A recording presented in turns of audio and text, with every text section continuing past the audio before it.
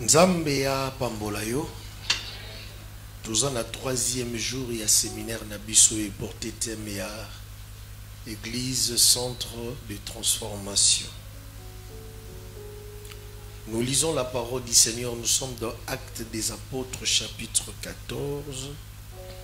Je commence ma lecture au verset 8 et je vais me limiter au verset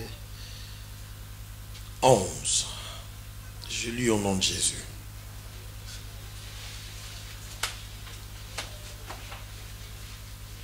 À Lystre s'était né assis un homme impotent des pieds, boité de naissance et qui n'avait jamais marché. Il écoutait parler Paul. Et Paul, fixant les regards sur lui et voyant qu'il avait la foi pour être guéri, dit d'une voix forte: lève-toi droit sur tes pieds. Et il s'éleva d'un bond et marcha. Verset 11. À la vue de ce que Paul avait fait, la foule éleva la voix et dit en langue nicaonienne: les dieux sous forme humaine sont descendus vers nous. Amen. Nous regagnons nos places. Nzambe apambolayo. Izaka slogan te Nzambe apambolayo. Nazongeli susu. Izaka slogan te. Iza vœu, iza prière mon bana osali kolona yo. Nzambe apambolayo. Oui, il faut dire marango avec un amen, avec conviction, parce qu'ils a slogan te. Nzamba pambolayo. Bien, nous parlons sur l'église centre de transformation. Tant ya kozongelaka tango nyonso ba définition ba concept ezati. Mais de temps en temps, au bandoromona ke na langage na biso to bandakoloba yango parce que yango ndeza base ya makambo tozolobela. Donc église ya Nzambe ezali atelier ya transformation ya batu. Il y a ma vie à battre. C'est ça une église. Une véritable église du Seigneur est ça atelier, il y a transformation, il y a ma vie humaine. Donc quand les gens viennent dans une église dite du Seigneur, véritablement, ce qui moutoya qui l'élo, ce qui est lobby, lobby oezolanda kuna. Sokaza motoloko la Simon, c'est-à-dire une personne qui a la capacité à koyoka makambazo lobanaye, kondima yango pe kotia yango na misala, eh bien la personne ne restera pas la même parce elle va connaître un changement. Donc plus nous nous approchons de l'église, plus nous demeurons dans l'église du Seigneur, plus tu es devant le prédicateur qui te parle de la part du Seigneur, plus tu es transformé à l'image de la personne que l'on te prêche. Alors, il y a une habitude de sa peuple Nzambe que na église na katia mission mondiale Carne, après 5 ans, 10 ans, dans cette assemblée, il n'y aura pas des indigènes. Indigents baroza athée.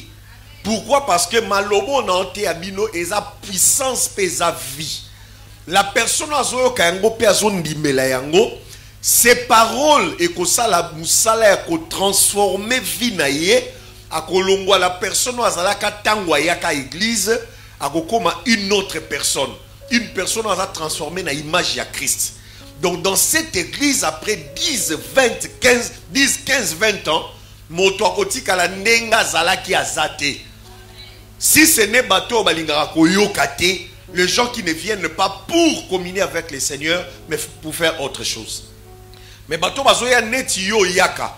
En tout cas, après 5 ans, après 10 ans, muta ozala ndenga zalaki azate. Muta osenga mningelo azate. Bateau ba wanda osenga biso eza bateau bayaki sika. Onano ba yoki makambo biso to yokate non baza transformé te. Mais biso ba auto suite demeura qui na présence de Nzambe. To yokaki le lobanaye, tous nous serons transformés et le Seigneur nous amènera de gloire en gloire. Hier, j'insistais sur une chose. Et n'a habité sur zaï ko simba yango malamu. Dans zaï ko loba na lobi. Nzamba zo loba lobi. Vous êtes des dieux. J'ai dit vous êtes des dieux. Mais vous mourrez comme des fils de l'homme. Comme des fils des hommes. Là, c'est dans le livre de Psaume 82, 6. Et le Seigneur Jésus a loba na livre à Jean 10, 35. Yesu alobi. N'avez-vous pas lu qu'il est écrit dans votre loi que vous êtes des dieux, vous, ceux à qui la parole de Dieu a été adressée. Donc le Seigneur Jésus a zotalisa que motosokaza exposé dans liloba ya nzambe et que la personne a zo recevoir liloba ya nzambe lokola liloba nzambe puis aza ko se conformer nango. Motoko maka ko quitter le stade d'être humain normal et motoko maka un humain mais Dieu, c'est-à-dire aza moto parce que nous autres moto eza zoli azomela mais il devient Dieu quant à sa nature spirituelle. Donc la personne qui écoute la parole du Seigneur et qui la comprend, la personne qui se conforme à la parole de Dieu, nature naye échangeaka. Alors, humain normal, akomaka une personne oyalati bonzambe pe bonzambe comme si nzambe en diminutif. C'est pourquoi dans le livre, dans le texte, autant dans l'acte des apôtres 14, Bible dit le frère Paul a se retrouvé qui n'a à Lystre. Et à Lystre, le frère Paul était en train de prêcher la parole de Dieu. Pendant qu'ils ont prêché, il y avait un homme impotent des pieds, boiteux de naissance, et qui n'avait jamais marché. Tant que Paul a zoté à Bible dit muto azo yokai, azo landa Paul avec attention. Tant que Paul a moni que muto aza qui n'a foi pour être guéri, alors Paul a gagné na voix makasa dit lève-toi et marche. À l'instant même, ma colonaye lendisami a telemi pe bandi ko tambola. Alors les gens qui habitaient Lystre, tant que bamoni miracle oyo Paul a salaki, bibelobi balobi na mongongo makasi, balobi na langue lycaonienne parce que bazaki bato à Lystre. Ils ont parlé en langue lycaonienne pour dire que oyo baza batu normal ti. Tozomona bango. Baza na misu lokola biso, baza na matoi lokola biso, bazolo ba lokola biso, balati bilamba lokola biso, mais batoyo baza batu normal ti, ce sont de Dieu qui n'ont pas de demeure à wanasi na mabele, mais balati ndenzoto abi baza banzambe mais sous forme humaine. Alléluia. Et ils ont couru bakeko luka ba ngombe ba bomi bango pour ba sacrifier ba adorer Paul na Barnabas. Paul na Barnabas ce sont qui ba telemela ki ba to Lystre ba adorer bango te. Ce n'est pas parce que Paul na Barnabas baza kondimate ke baza banzambe. Non. Paul na Barnabas ba yebi que eloko yo ba to Lystre ba moni eza vrai. C'est-à-dire que les gens de Lystre ont compris que bato yo ba telemi liboso na biso bazali ba humain normal lokola biso ti. Baza batu lokola biso parce que baza na maboko baza na miso, mais ce sont des dieux sous forme humaine. Et ce que les gens de Lystre disaient n'avaient pas tort. Effectivement, Paul et Barnabas étaient des dieux en diminutif, mais sous forme humaine. Alléluia. La plus grosse erreur, bato Lystre basala kezaki ko vouloir ko adorer Paul na Barnabas. Le Dieu en diminutif ne reçoivent pas l'adoration. L'adoration n'est exclusivement réservée qu'à Dieu. Le Dieu avec un D majuscule, le seul Dieu qui est Jésus-Christ. Tandis que nous qui sommes fils et filles de Dieu, nous devenons par conséquent Dieu mais en diminutif. Alors banzamba mikie ba recevaka adoration te louange te. La louange, l'adoration c'est réservé pour Dieu. Tu deviens toi-même idolâtre et tu fais des gens qui t'adorent des idolâtres. Donc biso loko kaboli biso na yawe nzambe na biso ezake ya nzamba munene recevaka adoration tandis que biso toza banzamba mikie to recevaka adoration te po pesa meli biso te. Mais quand à makambo nzambe na biso munene salaka biso pe banzamba mike toza na capacité à kosala makambo ya salaka parce que toza na komi la même nature que ye. Soki nzamba bendaka na existence makambo ezalaki te ezala. C'est que biso pe banzamba mike toza na capacité à kobenda na existence makambo ezalaki te ezala. Soki nzambe na biso azwaka paralytique a télémissier. Oh nano atikala naliaka te pona poison te naliaka te. Mais pas na ezali na kominga ndem na osenga. Maman ngaza posala lia. Eh papa, olingo lia na sandenge nini papa? Ne bomane na sala ndenge ni awa tosala pondu ya limbondo na lia ngote mama. Eh papa ce que to sande libondo ama na na lia ngote.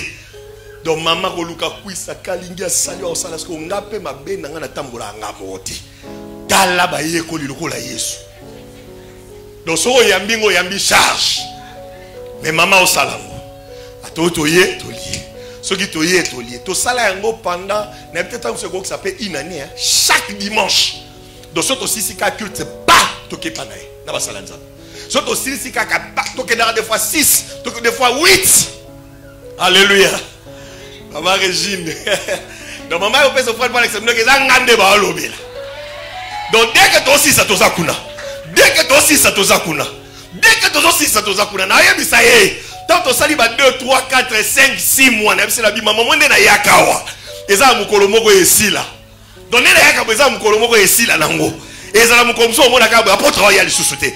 Mais ndenge nazoya awa. Ndenge nazolia awa. Il y a des choses qui vont changer obligatoirement. Donc ce makambo eza otambola te ya lelo mo eza na blocage. Kaka ndenge nazoya il y a des choses qui vont changer. Nzamba zalaka frère. Nzamba zali Nzamba sali grâce moi na ye moko moi sali boso akei akepoto. Nzamba sali grâce moi na biso mususu lisusu ya moi si akei poto. Nzamba sali grâce mususu akei poto. Dieu est capable de faire des choses. Alléluia. Et ce que le Seigneur faisait au travers de moi, c'est ce que Dieu est capable de faire au travers de toi. Donc au comme pas bande konomo makambo etambola kate. Au moni makambe bandiko baluka et bandiko zwa tourner mususu parce que yo nzambe amuki osali nene okoti na katanda kuwana. Sensibilité faut ezalaka na biso. Quand tu tournes faut sensibilité ezalaka. Moi je suis comme ça. J'ai fini le culte. Na ngina kende sika mo na telemi. Na moni mutaye singa bien apôtre est-ce que aucun de place on habite na aucun été. Ah apôtre OK était n'habite na aucun été. Nde na zabo na aucun été. Eh apôtre tant qu'il a commis troisième fois na aucun été. Na aucun été. En tout cas, nous sommes na keina muto sika to kende wana. Embouteillage tel leki, tant ou tel leki na biso la bi, tant yo sote seli. Mais na koma place sengela ki to koma. Tant to koma sika sengela to koma na lopangu na na sela minga na kena ngai. Eh, to komi pe maman ici les seli. Je sors. Na biso apôtre Kim na lobi, nzambe tango amemaka biso basali na ye. Biso nde to yebiti na te. Insistance wana peut-être que nzamba lingaka yokoma. Tango niatika esika no lobi le côté, mais ta présence peut intercaler des choses, bouleverser des choses. C'est ça la foi que moi j'ai toujours eu. Donc on a mono à quoi changer cours ya histoire ya famille mobimba parce que à côté na famille wana na maloba na ye ya nzambe amukie et bouleverser vie mobimba ya libota ya bato. Je veux que les femmes de cette église s'élèvent. Je veux que les hommes de cette église s'élèvent. Parce que l'ilobana nzambe change yo. Et mema yo koma nzambe amokie. Lokola nzambe amokie, alors nzamba mema yo na pouvoir ya maloba. O transformer ma vie à bateau. Bateau ba koma excellent. Bateau ba tambola o ba tambola kate. Ba faire et tambola kate tambola. Ba voyage marchera te fongwama. Ba makambo et tambola kate monana. Ba mabalo ezala kite ya. Alléluia. Est-ce que vous allez voir? Analingo tato la malobo ya fwansi malanga loba ngai Joël. Nandimi. Est-ce que batu bazali abazo loba ngai ya? Loba ngai Joël. Nandimi. Ke nazali nzambe ya mokie. Alors lokola nzambe ya mokie. Bisika nyoso nga na koleka. Na nzela ya maloba na ngai. Ba paralytique de naissance. Ba paralytique ba koma ba paralytique. Ba kotambola. Ba mabale kobonga. Ba faire kotambola. Ba vie kobonga. Ba tubabala kate ba kobala. au travers ya maloba na ngai makambo ekozwa vie batu babika na te bakobika natatoli yango mpo naza nzambe ya mokie. Est-ce ondimi koza nzambe ya mokie? Ondimi koza nzambe ya mokie? Ozalaka penza nzambe ya mokie. Que le Seigneur te bénisse, que le Seigneur te bénisse, que le Seigneur te bénisse.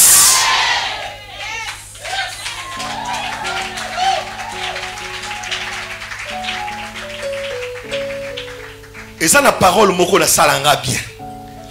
Parole ngozanya. Mukolo mususu Yesu azotambola na ba disciple na ye. Alors le Seigneur a sala miracle moko. Tango asali miracle wana ebeta tangwa tellement que Yesu azaki nzambe na nzoto bomoto. Asali bikamwa et mingisi tellement. Alors ba juif na ba konzi na bango ba posa question. Ba mema Yesu, ba kena Yesu et pas mokonzi. Tango Yesu akomi libosa mokonzi, y aura question mokonzi azo tout da Yesu. Abisi alobi, donc yonde mutozo troubler peuple na ngai. Alléluia.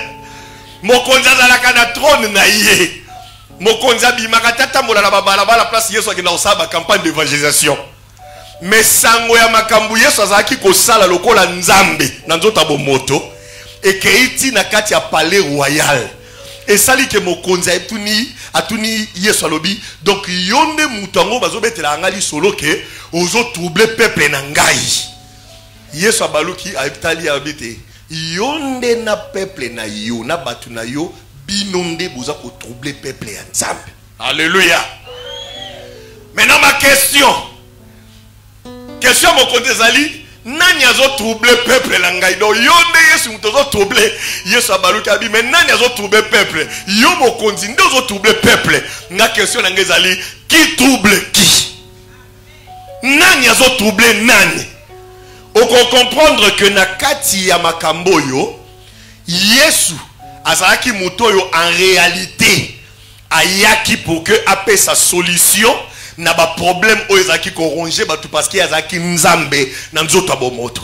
Donc c'est que na groupe moko ya batu o bazaki ko ndimela baza na souffrance Yesu azaki ko pesa solution. Ba beli bazo bika ba sepeli ba kumisi nzambe. Ba paralytique ba tamboli ba kumisi nzambe. Ba aveugle ba moni ba kumisi nzambe. Ba beli ba biki ba kumisi nzambe.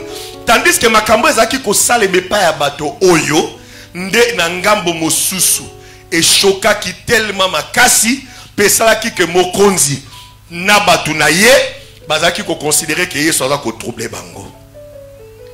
Na lingine ebisa peuple ya nzambe azali a liboso na ngai que vi na yo nazo prophétiser likolo na yo que na vi na yo okozalaka kaka na batu bakolingaka yo te.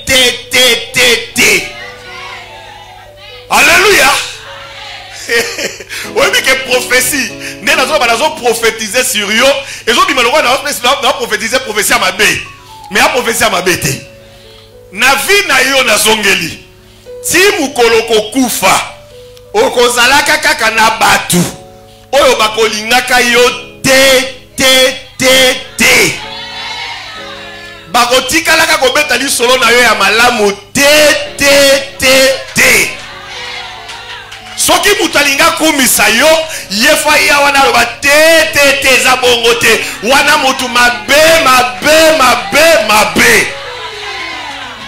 Mais nakolobaka kya kolingaka yo te raison valable ekozala te. Ba raison ekosala ke balingaka yo te beza ba raison nini ezala ke na mbongo yo anango oye na kati ya famille ba voisin. Otali mono ala mayele makasi mais yo otanga tendenge nini bon je vais tout faire pour que yo ke ne poto ke ndo otanga na kimia tango faire voyager ye voisine wana ndokandi opanzo sango ala na mbongo akisi nenga tindiki ye wana et après lekisa ya sale mabe nzoko ozata na intention moko lekisa yete nzamba salela o tellement bolamu ke opambwama likolo ya kopambwama obandi kopambola pe bato mosusu ne créer na vie na yo ozalaka na bato bakolingaka yo te. Alors so moni batu ba tonga yo ko salelo te, ko discuter te, ko se défendre pété. Mais so yo ki ngo kamisa na ki apota ebisa biso na vie na biso, tozala na bato ba kolinga biso te. Alléluia. Oyebi ba kolinga biso te pona nini? Tunenga pota ba kolinga biso te pona nini? Ba kolinga ka biso te parce que mokonzi na biso Yesu Kristo alobi. Soki balinga ki ngai te. Et bongo bino ba bozali mabaya ya kokauka. Yeba ke so balinga ki ngai te, c'est que bino pe ba kolinga ka bino te. Est-ce que on a na mazoloba? Alors yondengo zawana ozana ADN ya Yesu kati na yo. Ozana nature nkolo Yesu kati na yo. Soki balinga ki Yesu te, yo pe ba kolinga yo te. Soki ba considéra ki Yesu lokola mutu azo jeter trouble na ngambu na bango, c'est que vie na yo mobimba musala na yo ekozala kotia ka trouble. Donc yo ndo oza semer de trouble na ngambu abonguna satana na ba adepte na ye. Oza semer de trouble ya kosakana te. Eza na ba querelle mususu, eza na ba haine mususu batu bakoyina yo. Yo koyeba te pourquoi bazo yinanga. Nzoka ba prier ka mike oyo sala ka wana. Présence na lokola nzambe na quartier oyo koti. Eza présence ezo kata ba réseau diabolique, ba réseau sorcellerique. Présence na yo yondo yebite. Mais tout na bandoki aso baza sincère, tout na bango. En tout cas, on a tindi bino. Toi, bonjour dans la quartier, bon, nous avons quartier. Oh, yebi. Yaka yebi papa avec beaucoup de respect que je vous dois. Na lingo yebi sangata boke na kindoki bomo na ngai ndenge nini. Yeba ke ba memo na parquet. Pour faire tout na yo yo kangando kindenge nini. Mais tout na ye, soit possibilité ça là que tout nié. Papa on a rebu ça bi maman oza semeur de trouble. Do bando kota to za na kimiate. Toyebisa bayera longola kaote to comprenaka te ba bed nego baze belé na kati ba famille na biso na ba camarade na biso baze belé bazozanga ka présence na yo bazo ka moto po yo zate bazo sika na moto po yo zate balia bazo lia bango po yo zate lokolo ozi conscience lelo musala na yo zo banda peka lelo soki Shadrach Meshach Abednego eza famille na yo na tindi yo zonga kuna oko intercaler chaleur wana bakoyoka yango lisusu te bato bakokamwa bazosika suna kindoki ote ndenge nini bazosika te parce que Daniel aza wana moye basika eza te. Est-ce que ma fils de Dieu bazali yao? Est-ce que ma fils de Dieu bazali yao?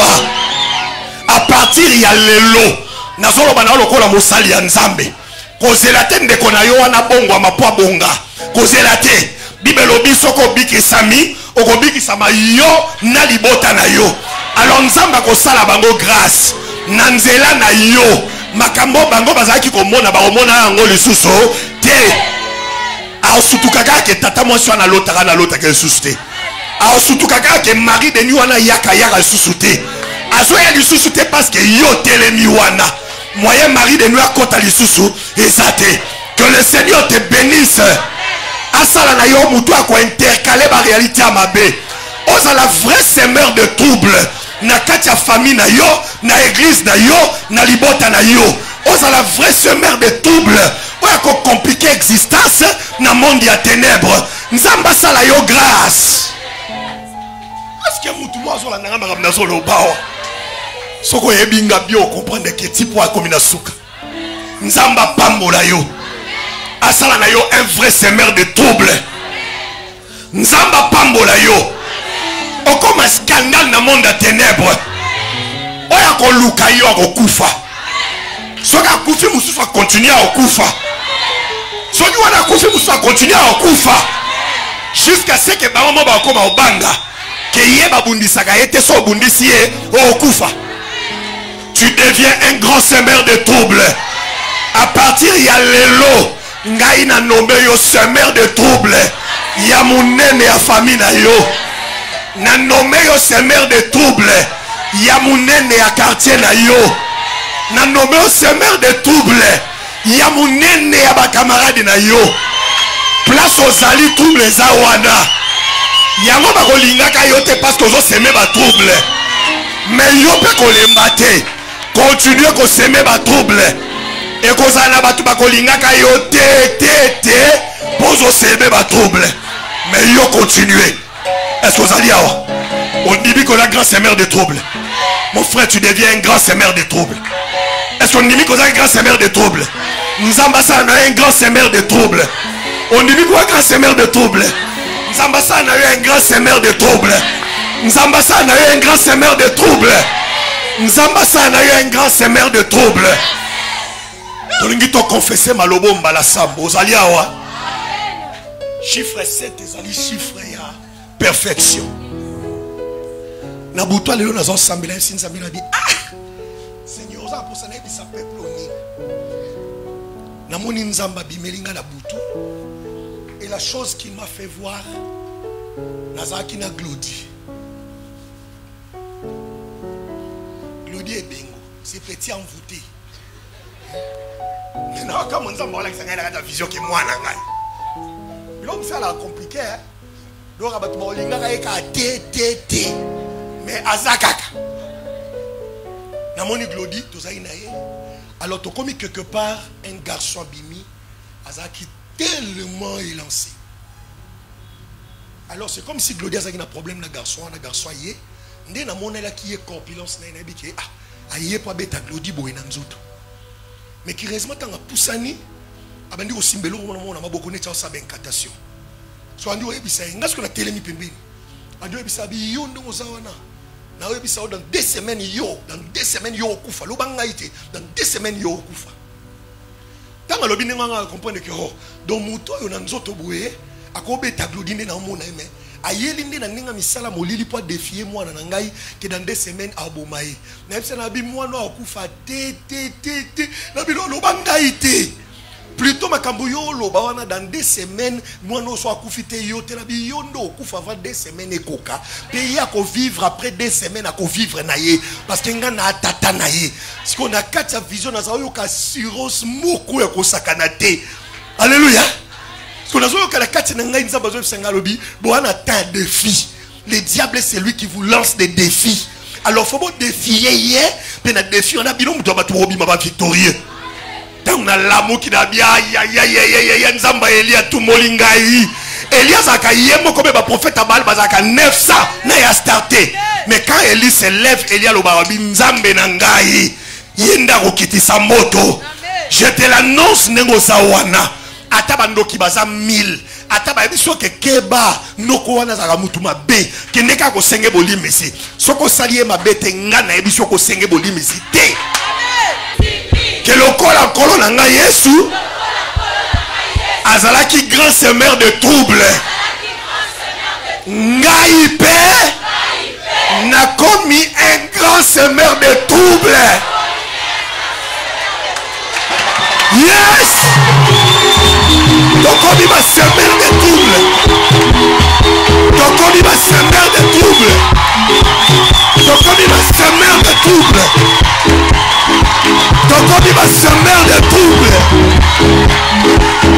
Donc on dit ma semeur de trouble. Donc on dit ma semeur de trouble.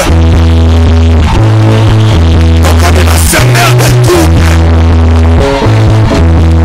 Donc on dit ma semeur de trouble. Donc on dit ma semeur de trouble. Célébrez ça. Célébrez ça. Célébrez ça. Célébrez ça. Célébrez ça.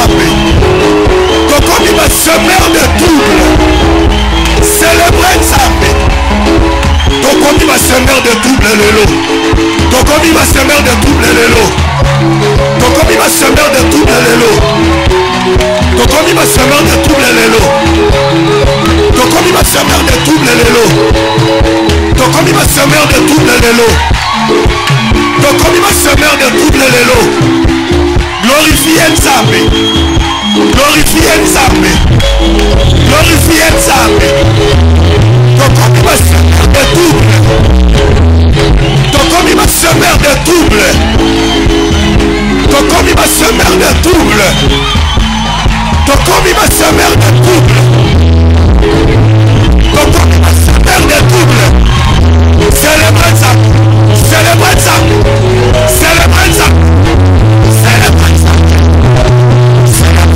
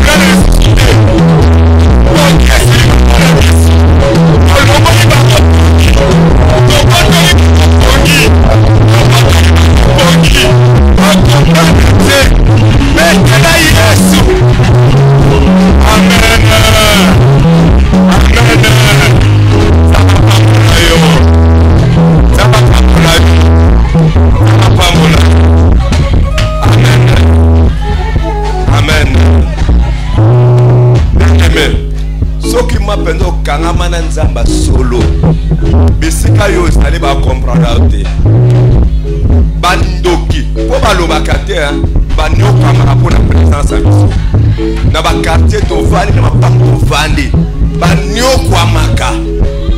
Alléluia. Lokola biso tolalaka lokola biso esika tozalaka bandoki donc batura biso zwa tolala ndenge nini donc o bandoki boye bandoki donc batura biso na katikati na bango mais banyokwamaka amen banyokwamaka bien maintenant tokoma na tokena quartier na biso mbala liboso banyokola biso pe na force akosambela sambela bango si bakoma konyokwama bakoka te. Alléluia. Ce qu'on a comme lekisa bango pe fona boma bango tingala longwa kuna bakosila